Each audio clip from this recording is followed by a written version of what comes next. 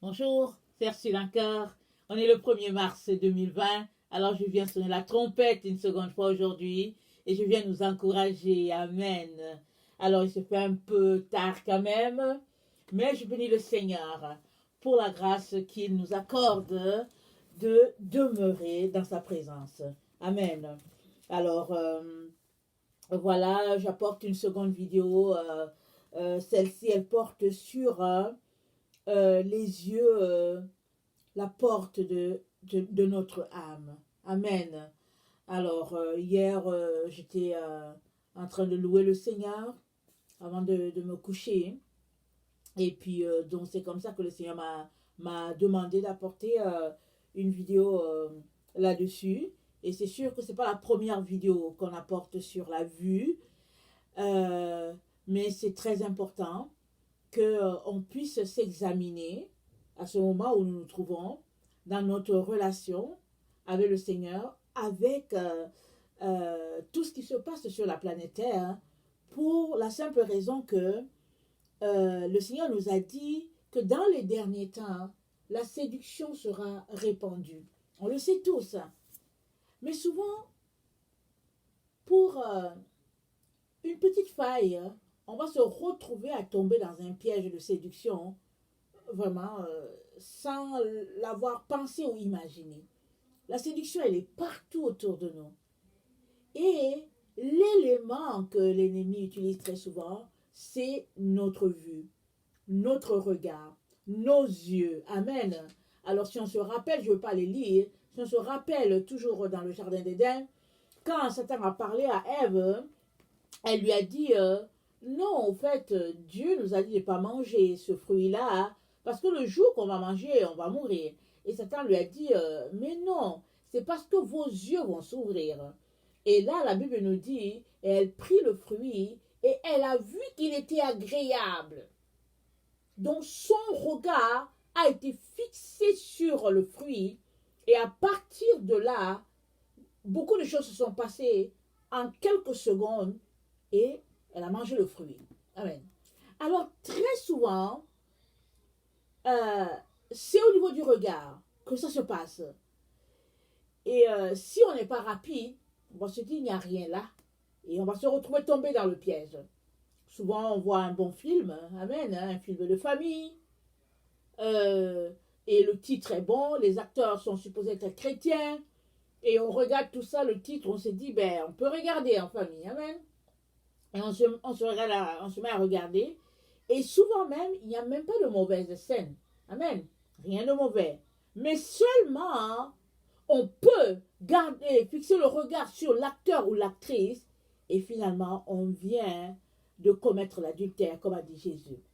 Alors, il est très important que chacun d'entre nous, nous puissions veiller à nos yeux. Amen. Alors, le Seigneur nous a donné tout le nécessaire. Maintenant, c'est à toi de décider d'aller dans ce sens ou pas. Amen. Alors, nous allons regarder euh, euh, le mot regard. Qu'est-ce que ça veut dire regard? Alors, le regard, c'est la manière de diriger les yeux vers quelque chose afin de voir. Amen. Alors, souvent, le regard, il peut être intentionné et souvent, tu ne l'as pas pensé du tout et tu le mets dans une direction et puis, voilà, ton regard, tu as regardé quelque chose. Je suppose que tu es en train de conduire et puis, bon, tu passes et puis, ben voilà, ton regard porte sur quelque chose. Et souvent même, tu es là comme ça, tranquille, et puis quelqu'un passe et puis, bon, tu entends un bruit, tu regardes en direction du bruit, mais tu viens de voir quelque chose que tu ne voulais pas voir. Alors, avec le regard, il y a l'idée de capter notre attention. Et c'est ça que le Père est en train de mentionner quand il nous dit que chacun prenne garde à la manière dont il regarde ou bien à la manière dont il entend. Ça, c'est très important. Il y a l'idée de fixer, de captiver notre attention. Alors, c'est pour cela que les yeux sont la porte de l'âme. Parce que ça captive notre intellect. Et une fois que notre intellect est captivé, alors en des milliers de secondes, ce qu'on a vu, c'est transmis. avec tous les nerfs et tout le nécessaire, et ça va se loger dans notre cerveau. Alors, je sais que j'ai étudié cela, mais bon, c'est un peu lointain. Si je retrouve quelque chose qui a trait à cela, le nombre de secondes, au fait que ça prend pour qu'une image soit fixée, on va le partager, sinon ça ne nous empêche pas de saisir que Dieu est en train de nous parler, de fixer notre attention sur lui et lui seul. On va lire Matthieu 5, le verset 27 à 29. Matthieu 5, le verset 27 à 29. On le connaît ce passage-là. Amen. On va s'attarder, parce que j'ai déjà fait plusieurs études sur le regard, mais aujourd'hui on va s'attarder en particulier sur le fait que ça captive notre attention, ça fixe, ça nous arrête pendant quelques secondes. Cette partie-là, c'est là souvent que se trouve le péché. Amen. Alors Matthieu 5, le verset 27 à 29. Vous avez appris qu'il a été dit, tu ne commettras point d'adultère. Mais moi, je vous dis que quiconque regarde une femme pour la convoiter a déjà commis un adultère avec elle dans son cœur. Si ton œil est pour toi une occasion de chute, arrache-le et jette-le loin de toi, car il est avantageux pour toi qu'un seul de tes membres périsse, que ton corps entier ne soit pas jeté dans la géhenne. Alors, Jésus ici parle encore de l'idée de fixer le regard, l'idée de captiver. Il dit, moi je vous dis, que quiconque regarde une femme pour la convoiter a déjà commis l'adultère avec elle. Alors, il se pourrait que la femme ne soit pas consciente qu'il y a quelqu'un qui a commis l'adultère avec elle, mais toujours est-il que l'homme a déjà commis l'adultère avec cette femme-là. Alors, toi, madame, il est très important que tu t'habilles de manière à ne pas attirer le regard sur toi. Déjà même que quand tu t'habilles bien, les gens te regardent déjà parce que tu es une femme. C'est comme ça. Alors, habille-toi correctement, de telle sorte qu'un jour devant Dieu, il ne puisse pas dire, hé, ici, là, voilà comment tu t'es habillé. Parce qu'il n'y a rien de secret qui ne sera su. Tout sera exposé devant le trône. Alors, il est important que toi, tu n'aies rien à faire avec l'adultère de quelqu'un. Si lui, il t'a regardé, il t'a convoité, qu'il a commis l'adultère, ça, c'est son problème. Mais toi, sois clean devant le Seigneur. Amen. Alors, le verset 29, si ton œil droit est pour toi une occasion de chute, arrache-le et jette-le loin de toi.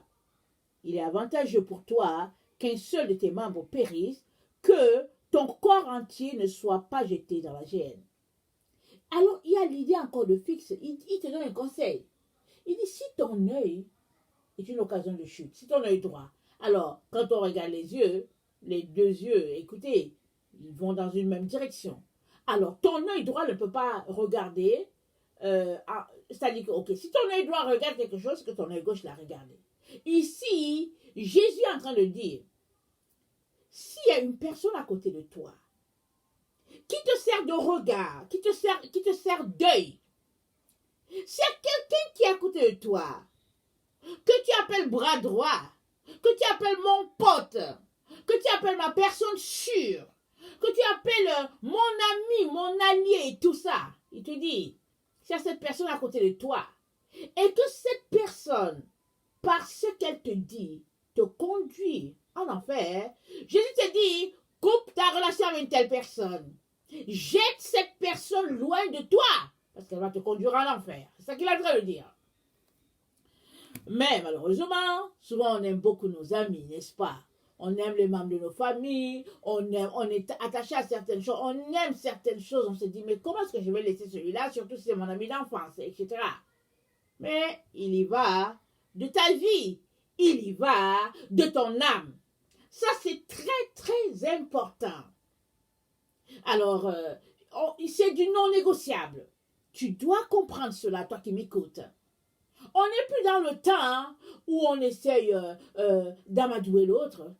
On n'est plus dans le temps où on essaye d'acheter une certaine amitié, une certaine paix. On est dans le temps où on prend les jambes à notre cou et on fuit quand on a affaire à un agent de Satan. Il peut être un agent de Satan parce qu'il l'est vraiment, mais il peut aussi être utilisé par Satan contre toi, alors fuis. Il est donc important que tu t'assures que celui-là ou celle-là que tu appelles ton œil droit soit vraiment dans le droit avec le Seigneur. Sinon, coupe ça, coupe la personne, jette et ne te retourne pas derrière pour dire « Oh non, si je savais ». Il n'y a pas de regret. Amen. On avance. Alors, parce que une fois que tu auras traversé la digue, tu pourras là-bas prier pour que l'autre vienne. Mais si tu es là, déjà que il te sert d'œil droit qui ne fonctionne pas, et que vous êtes là, vous marchez clopin, vous n'allez pas arriver, ni l'un ni l'autre. Amen.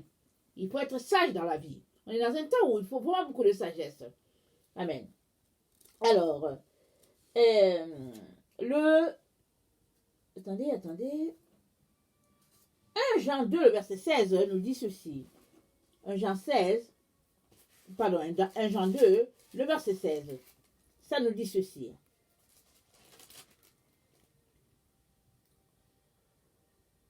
Car tout ce qui est dans le monde, la convoitise de la chair, la convoitise des yeux et l'orgueil de la vie ne vient point du Père, mais vient du monde. La convoitise des yeux. Je ne sais pas si toi tu es déjà tombé dedans. En tout cas, moi je suis déjà tombé dedans plusieurs fois. Amen, je suis tombé dedans. Alors il dit, car tout ce qui est dans le monde, la convoitise de la chair, la convoitise des yeux, ne vient pas du Père, mais vient du monde. Amen. Il y a une amie qui me disait que son oncle lui a dit, ne va pas au centre commercial, tu n'auras pas de besoin. Amen. Ne va pas dans les centres d'achat, tu n'auras pas de besoin. Et puis c'est vrai. Amen. C'est vrai, ça c'est évident. Amen. Dans nos pays, en tout cas, les gens vont au marché parce qu'ils ont un besoin. Ils ne vont pas se lever chez eux pour aller flâner. Les gens sont trop occupés. Mais ici, on s'ennuie tellement qu'on va dans le centre commercial. On s'en va flâner, on s'en va faire du lèche. On fait du lèche vitrine, on regarde, on pousse le bébé, et puis bon, on prend du temps, après on va prendre, si c'est l'été, on prend une crème glacée, on tourne, on s'assoit sur un banc, et puis bon, voilà. Parce que à la maison, ça va tellement pas, entre monsieur et madame, on se parle pas et tout. Alors on s'en va dans le centre commercial, c'est vaste, et puis on marche, on flâne, on essaye de déplacer notre problème. On se dit que bon, on va prendre de l'air, ça va changer. Et puis bon, on va s'acheter un petit truc, un petit parfum, une petite chaîne ici, une petite chaussure par là. Mais on ne fait que déplacer le problème. On ne l'a jamais réglé. Alors le problème c'est quoi? C'est qu'au lieu de passer le temps avec Jésus, on a passé le temps à se chicaner entre nous. Ok? Ça c'est le premier problème. Deuxième problème. Au lieu de passer le temps avec Jésus, on prend les affaires, on s'en va au centre commercial. Ok? On s'en va changer les idées, comme on dit. De changer les idées. On va les changer. Ok? Troisième problème. On arrive là-bas et on se met à acheter les choses qui n'étaient pas nécessaires. Ok? On achète. Et puis, quatrième problème, si on trouve que c'est en spécial, parce que c'est le temps des ventes, on va se dire, c'est à $1, je vais quand même le prendre et puis je vais donner ça à l'armée du salut. Je ne sais pas si vous vous reconnaissez dedans. Moi, je fais ça souvent. Je regarde, je dis, bon, en tout cas, je vais le prendre et puis je vais le mettre pour les personnes qui sont dans le besoin. Ok? Mais si je n'étais pas partie au centre commercial, je n'allais pas voir le problème. Ok? Peut-être que j'allais plutôt mettre quelque chose dans une enveloppe. Et puis, j'allais peut-être envoyer. Ok? Alors, tout cela pour dire que le Seigneur l'a dit. Il dit... La convoitise des yeux, il dit car tout ce qui est dans le monde, la convoitise de la chair, la convoitise des yeux et l'orgueil de la vie ne vient point du Père, mais vient du monde. Alors trouve ta place dedans. Il y a la convoitise de la chair, je ne sais pas si c'est là que tu es. Il y a la convoitise des yeux. En tout cas, moi je sais que j'ai souvent dealé avec ça. L'orgueil de la vie ne vient point du Père, mais vient du monde. Ici, on parle du regard, on parle des yeux, la porte attendez, quel est le titre là? Les yeux, la porte de l'âme. Amen. Alors, qu'est-ce que tes yeux regardent? Parce que si ton regard est un regard saint et pur, ton âme, au fait, ne sera que bénie. Amen. C'est ça que la parole de Dieu est en train de nous dire. Et c'est ça que le Seigneur est en train de nous dire. Il est en train d'orienter notre regard vers ce qui est saint et ce qui est bon.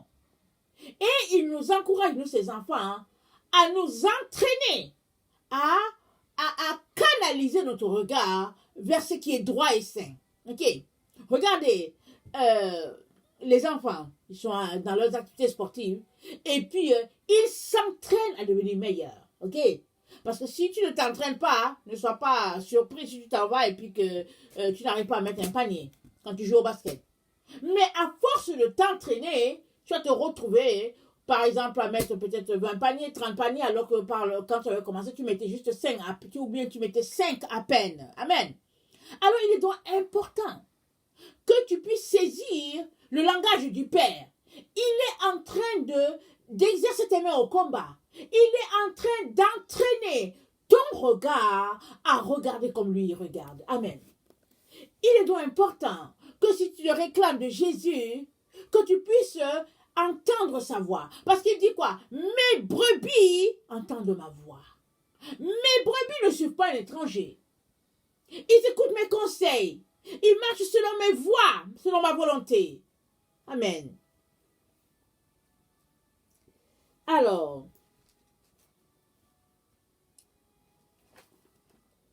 dans Ésaïe 45, le verset 22, il nous dit une vérité. Ésaïe 45, le verset 22.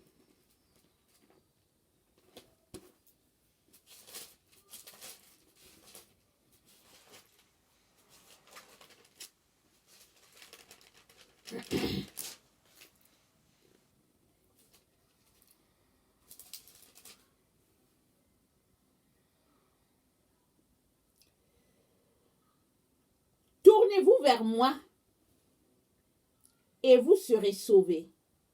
Vous tous qui êtes aux extrémités de la terre, c'est l'Éternel qui parle, béni soit son nom. Car je suis Dieu, il n'y a point d'autre. Je le jure par moi-même, la vérité sort de ma bouche et ma parole ne sera point révoquée. Tout genou fléchira devant moi, toute langue jurera par moi. Amen. Le Seigneur dit, tournez-vous vers moi et vous serez sauvés. Donc Dieu est en train de canaliser notre regard vers lui. Il nous dit que je sois votre focus. Il veut que notre regard soit sur lui. Et ainsi, on ne va pas porter le regard, on n'aura pas la convoitise des yeux. C'est pourquoi il nous dit que ce livre de la loi ne s'éloigne point de ta bouche. Médite-le jour et nuit pour agir fidèlement selon ce qui est écrit. Josué 1:8. C'est alors que tu réussiras dans toutes tes entreprises. Il te dit, garde ton focus sur moi. Que ce livre de la loi ne s'éloigne pas de ta bouche. Médite-le jour et nuit pour agir fidèlement selon ce qui est écrit. C'est alors que tu réussis, c'est alors que tu auras du succès, c'est alors que tu réussiras. C'est ça qu'il dit à Josué. Alors, il dit de garder le regard sur la parole. Mais quand Dieu dit ça là, ce n'est pas juste de garder les yeux, comme là j'ai ma Bible ouverte, je suis en train d'enseigner. Alors je regarde je regarde les Écritures, mais je ne suis pas en train de lire, ok? Ce n'est pas de ça que Dieu est en train de parler. Quand il dit que ce livre-là ne s'éloigne pas, de ta bouche, il est en train de te dire, pendant que tu lis ce qui est écrit, que ta bouche le confesse. Amen. Il est important que tu saisisses cela. Parce que quand ta bouche, d'abord, il dirige ton regard vers le livre de la loi. Donc, il garde ton focus en sa direction. Amen. Il te dit, c'est là que tu dois avoir ton focus.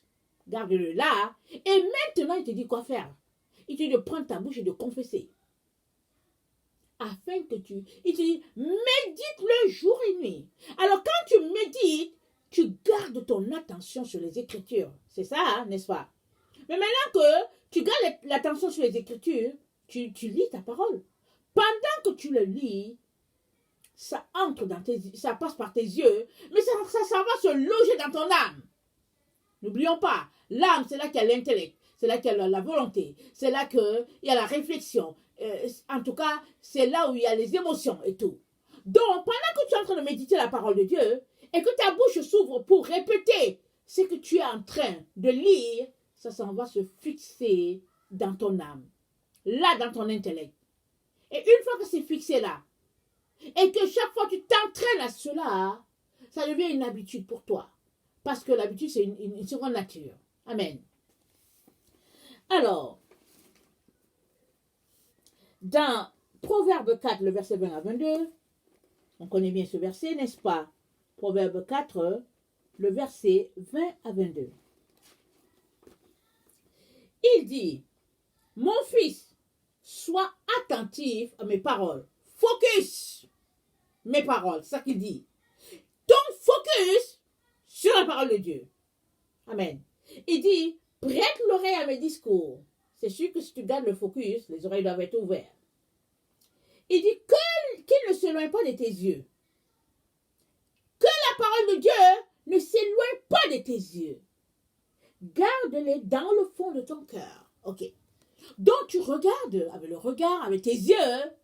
Il dit, il ne faut pas que ça soit loin de tes yeux. Il n'est pas en train de dire que pendant que tu marches là, la Bible est devant toi, parce que de toutes les manières, il faut que tu marches. Si la Bible est en avant de toi, tu ne pourras pas, tu vas tomber. Tu vas tomber. Écoutez, si tu es en train de conduire, en tout cas, tu vas cogner un obstacle. Mais il est en train de dire ici que la parole de Dieu prenne toute ton attention. Que ton regard, que tu sois orienté vers la parole de Dieu. Et non vers les convoitises de la vie. Et non vers là où tes amis t'envoient. Et non vers les valeurs de notre monde. Non vers les troubles de notre monde. Pas vers la télévision, pas vers Internet, pas vers les futilités. Il dit, focus la parole. Amen. Il dit, garde-les au fond de ton cœur. Alors que ton focus est sur la parole, ça va venir se loger dans ton cœur. Et à partir du moment où la parole de Dieu passe par ton regard et ça va se loger dans ton âme, ça va s'imprégner. Amen. Ça va s'imprégner dans ton intellect. Ça va s'imprégner dans ton cerveau. Et tu ne pourras pas faire ce que tu ne feras pas ce que Satan aimerait que tu fasses. Rappelons-nous ce que Dieu a dit à Israël. Je n'ai pas le passage. Il a dit à Israël, écris la parole sur tes murs. Que ce soit comme des frontaux pour toi au niveau de tes yeux. Il dit, écris-les partout. Tu vas l'enseigner à tes enfants, aux enfants de tes enfants. Alors ça veut dire que quand tu es chez toi, quand tu tournes, il y a un verset ici. Quand tu tournes, il y a un autre verset là. Amen. Ça dit qu'il est en train de te dire, bombarde-toi de la parole. Bombarde ton esprit de la parole de Dieu. Ainsi, tu ne seras pas séduit. Quand l'ennemi va venir, tu vas lui rétorquer tout de suite. Tu vas dire, oh non, éloigne-toi de moi, Satan, comme a dit Jésus. Mais si autour de toi, ce n'est pas la parole de Dieu et que c'est comme les posters, comme nos jeunes, ils aiment avoir des posters, ils ont un poster là, ils ont un poster là. Finalement, au lieu de voir Jésus, tu ne vois pas Jésus, tu vois le poster. C'est pourquoi Jésus a dit, Dieu a dit à Israël, tu ne feras pas une représentation de moi par une image taillée et tout. Il dit non, la parole. C'est pourquoi ma chaîne, c'est l'image de la Bible que je vous présente. Parce que quand le Seigneur m'a appelé, ça c'est, comment on appelle ça, c'est un extra, enfin je n'y avais pas pensé. Quand le Seigneur m'a appelé, qu'il m'a dit d'aller en ligne, je me suis mise à réfléchir, je me suis dit, mais qu'est-ce que je vais mettre déjà, que c'est déjà tout un défi de se retrouver en ligne, mais qu'est-ce que je vais mettre? Il y a des personnes qui viennent, ils parlent, et puis bon, c'est leur image et tout et tout. Mais si Dieu a dit à Israël que vraiment tu n'auras point d'image devant moi et tout ça, je me suis dit, Seigneur, non, c'est vrai que les gens aiment souvent associer l'image à la personne qui est en train de parler. Mais ça, c'est pas important. Je dis, Seigneur, on va pouvoir se voir dans l'éternité. Mais ce qui est important, c'est la parole de Dieu. Alors, j'ai dit, la parole de Dieu, c'est ce qui nous tient tous ensemble, c'est ce qui nous soutient, c'est notre vie, c'est notre nourriture. Si quelqu'un cherche vraiment Dieu, quand il va voir que c'est une Bible qui est présentée, il va aller cliquer. Si quelqu'un cherche Dieu. C'est comme ça que j'ai réfléchi. Alors, et là, finalement, c'est devenu l'image que je présente à tout moment. Et il n'y a pas meilleure image. La parole de Dieu. Amen. Et Dieu nous dit que notre focus soit sa parole. Rien que sa parole. Pas quelqu'un d'autre. Souvent, hein, on déraille. Au lieu d'apporter la parole, on fait que le focus est sur nous. Le focus est sur autre chose. Et en ce temps de la fin où nous nous trouvons, le Seigneur dit, garde ton focus sur la parole et tu t'en sortiras. Amen. Garde ton focus sur la parole et tu arriveras. Et la parole, c'est qui? C'est Jésus-Christ de Nazareth, c'est lui la parole de Dieu. Il est la parole, il est Dieu devenu chair. On a une partie de ce que Jésus a dit là, dans la Bible. Mais la même Bible dit que la Bible, ce serait difficile qu'il y ait un livre qui contienne tout ce que Jésus a dit et tout ce que Jésus a fait. Et en plus de cela, Jésus est la parole. Donc la parole de Dieu les manifeste. C'est extraordinaire. Voilà pourquoi on aura toute l'éternité pour l'étudier. Amen. Indéfiniment. Amen. Alors, Jérémie 6, le verset 15 à 20, nous dit quelque chose de très très important qu'il faut qu'on s'arrête là-dessus. Jérémie 6. C'est avec ça qu'on va finir d'ailleurs. Jérémie 6, le verset 15 à 20. Ils seront confus, car ils commettent des abominations. Ils ne rougissent pas, ils ne connaissent pas la honte. C'est pourquoi ils tomberont avec ceux qui tombent. Ils seront renversés quand je les châtierai, dit l'Éternel. Ainsi parle l'Éternel. Placez-vous sur les chemins.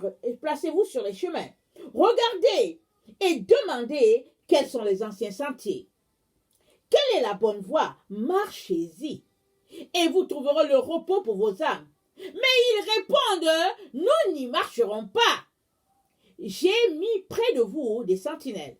Soyez attentifs au son de la trompette. Mais ils répondent, nous n'y serons pas attentifs. C'est pourquoi, écoutez, nations, sachez ce qui leur arrivera, assemblée des peuples. Écoute, terre, voici, je fais venir sur ce peuple le malheur, fruit de ses pensées. Car ils n'ont point été attentifs à mes paroles. Dieu dit qu'il fait venir le malheur, et ce malheur, il se sert de tes pensées à toi. Et pourquoi cela? Parce que tu n'as pas été attentif aux paroles de l'Éternel. Alors, si tu es attentif aux paroles de l'Éternel, il va exercer envers toi la miséricorde, parce qu'il nous a appris la prière. Notre Père qui est aux cieux, ne nous conduis pas dans la tentation, mais délivre-nous du mal. Jésus lui-même a dit, ne nous induis pas dans la tentation, Père, délivre-nous du mal. Alors, si tes yeux sont sur la parole, si ton focus, c'est la parole, Dieu lui-même a pris à son compte de te garder, de veiller pour que tu ne puisses pas t'égarer. Amen. Et ici, le peuple n'écoute pas, ils font ce qu'ils veulent. Dieu leur dit, marchez sur l'ancien sentier, mais ils veulent faire ce qu'ils veulent. Comme il dit, ils ont dit, nous n'y marcherons pas. Alors il dit, voici, je vais faire venir sur ce peuple malheur, fruit de ses pensées. Ils n'ont pas été attentifs à mes paroles. Ils ont méprisé ma loi. Verset 20. Qu'ai-je besoin de l'encens qui vient de Séba, du roseau aromatique d'un pays lointain? Vos holocaustes ne me plaisent point et vos sacrifices ne me sont point agréables. C'est pourquoi ainsi parle l'Éternel. Voici, je mettrai devant ce peuple des pierres d'achoppement, contre lesquelles se heurteront ensemble père et fils, voisins et amis, et ils périront. Je vous l'ai déjà dit, Jérémie, ça parle beaucoup de notre temps. Amen. Beaucoup, beaucoup. c'est le jugement de Dieu. Jérémie a vraiment prophétisé. Et puis, oui, il y a des prophéties de Jérémie qui s'appliquent à certaines choses qui sont liées à passer dans le temps. Mais il y a beaucoup qui relatent, qui font référence à notre temps actuel et puis au millénium.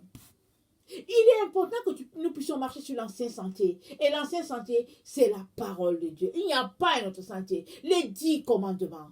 La révérence envers ce Dieu-là. La crainte de ce Dieu-là.